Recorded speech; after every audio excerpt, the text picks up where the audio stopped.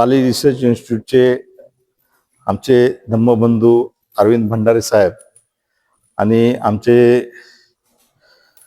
बुद्धलेणी संवर्धन समितीचे ॲडव्होकेट विक्की एल्वे साहेब यांनी दोघांनी संपर्क करून हा आजच्या रविवारचा कार्यक्रम इथे घेण्यात आलेला आहे. आपण सर्वजण इथे आलात आणि आपल्या वारसांना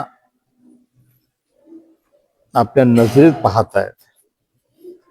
याच बुद्धभूमीमध्ये या लेणीवर चक्रवर्ती सम्राट अशोकराजे पण आले होते. परमपूज्य डॉक्टर बाबासाहेब आंबेडकर आले होते. विशेषतः भगवान बुद्ध जिथे जिथे गेले तिथे तिथे लेण्या निर्माण झालेल्या आहेत. काही लोकांचा गैरसमज आहे की महाराष्ट्रामध्ये भगवान बुद्ध आले नसावेत, आलेत. मी त्यावर चर्चा करणार नाही किंवा कुणी करू नये, परंतु महाराष्ट्रामध्ये सर्वात जास्त बुद्धाचा वारसा प्राचीन स्थळ इथे अवशेष आहेत. याचा अर्थ की भगवान बुद्ध इथे आलेले असावेत.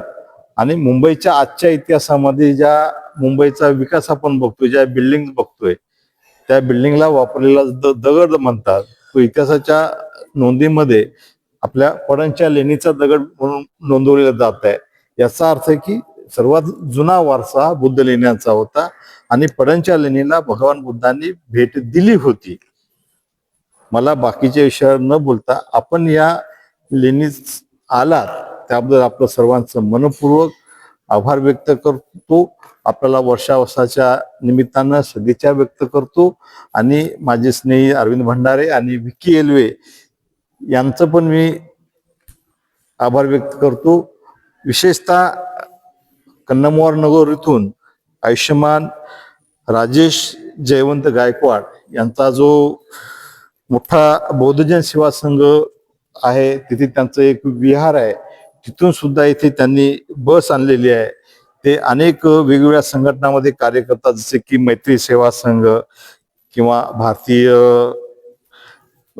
जनविकास पार्टी, अशा वेगवेगळ्या संघटनेत काम करतात. ते सुद्धा इथे त्यांचा समूह घेऊन आलेला आहे. त्यांचं सुद्धा इथे मी खूप खूप आभार व्यक्त करतो आणि शुभेच्छा व्यक्त करतो. आणि माझंही लांबलेलं आहे, इथे मी शेवट करतो. प्रत्येकाला संधी मिळाली पाहिजे.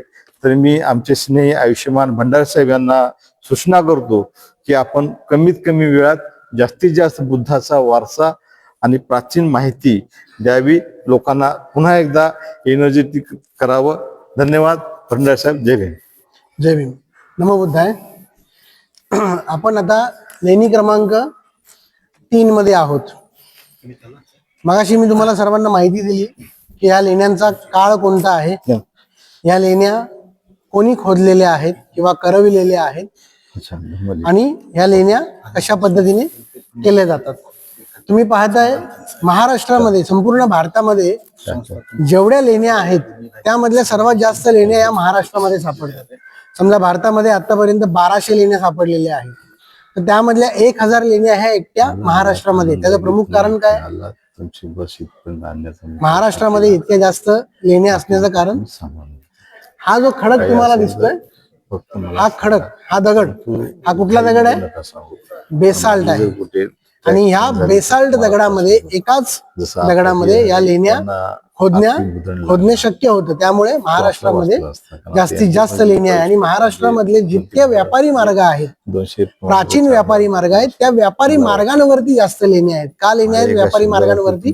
कारण व्यापारी लोक या लेण्यांना त्या काळामध्ये दान देत होते. इथले जे श्रेष्ठी होते आजूबाजूचे, ते लोक दान देत होते. आणि जे राज्यकर्ते होते त्या काळामधले, ते लोक देखील या लेण्यांना दान देत होते.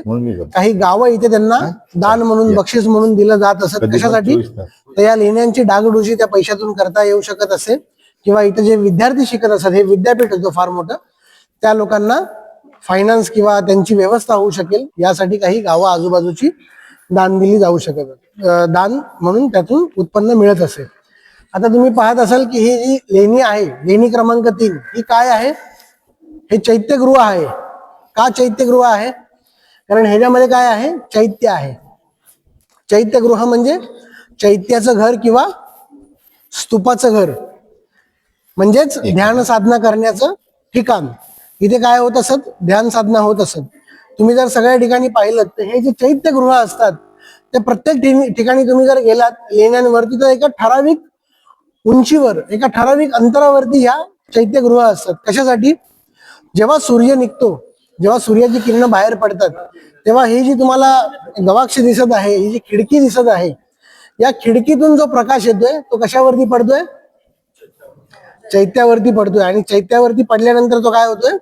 सगळी ही लेणी जी आहे ती प्रकाशमान होते. परंतु या प्रकाशाने तुमच्या डोळ्याला काही त्रास होतोय का? अगदी जास्त प्रकाश खिडकीतून बाहेर बघितला आपण तर जास्त प्रकाश दिसतोय, परंतु इथे ध्यान साधना करताना तुम्हाला जास्त प्रकाश वाटत नाही, एकदम सौम्य प्रकाश आहे. त्याच्यामध्ये आपल्याला ध्यान करताना डोळ्यांना देखील त्रास होत नाही. त्यानंतर तुम्ही हे जे बाजूचे पिलर जे पाहत आहे, हे पिलर कशासाठी आहेत? बऱ्याच जणांना वाटेल की हे पिलर आधारासाठी आहेत.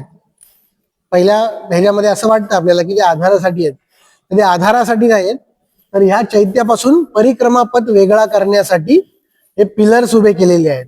आणि या पिलर्स वरती काय दिलेलं आहे हे तुम्ही पाहताय, काही शिल्प अंकित केलेली आहेत.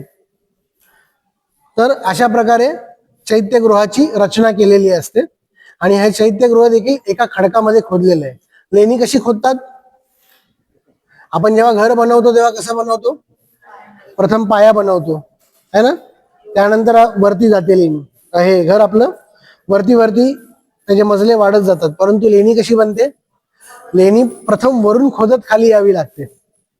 आधी कळस आणि मग पाया. तुकारामांची गाथा आहे ना, आधी कळस झाला मग पाया.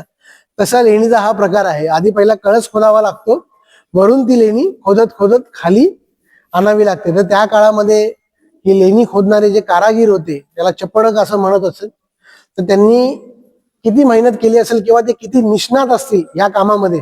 त्यांचं तुम्ही कुठलंही शिल्प पहा, त्या शिल्पामध्ये तुम्हाला जराही कुठेही व्यंग आढळणार नाही किंवा ते असं चुकलेलं आहे. अगदी सुबक मूर्त्या इतक्या बनवलेल्या आहेत की आज देखील ते करणं आजच्या कारागिरांना शक्य होत नाही. या लेणीमधून बाहेर पडल्यानंतर दोन बाजूला दोन भगवान बुद्धांच्या मूर्त्या आहेत. आणि तिकडे आपल्याला दीपतारा देखील बघायची आहे. एक मराठीतला शिलालेख आणि एक संस्कृत मधला शिलालेख आपल्याला पाहायचा आहे. तर मला वाटतं आपण आता बाहेर जाऊन ते शिलालेख आणि त्या मूर्त्यांची माहिती घेऊया. यानंतर आमचे स्नेही विकी येवले साहेब मार्गदर्शन करतील.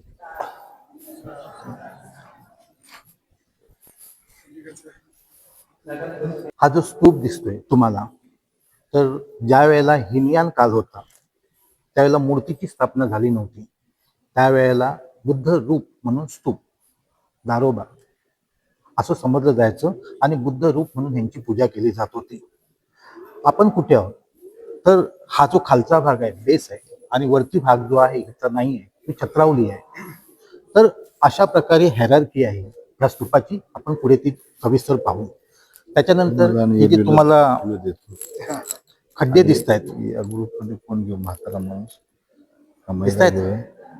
त्याच्यानंतर हे, तर ह्याच्यावरती लाकडी रूफ होतं, ते आता कालांतराने नाही आहे, पण कार्ला लेणीमध्ये तुम्ही गेलात तर ते तुम्हाला पाहता येईल. तर मी जास्त काय वेळ घेत नाही, आपण सर्वजण बाहेर जाऊ आणि साहेबांच्या मार्गदर्शनाखाली पुढची ही पूर्ण लेणी आपण पाहून घेऊ. वाघमारे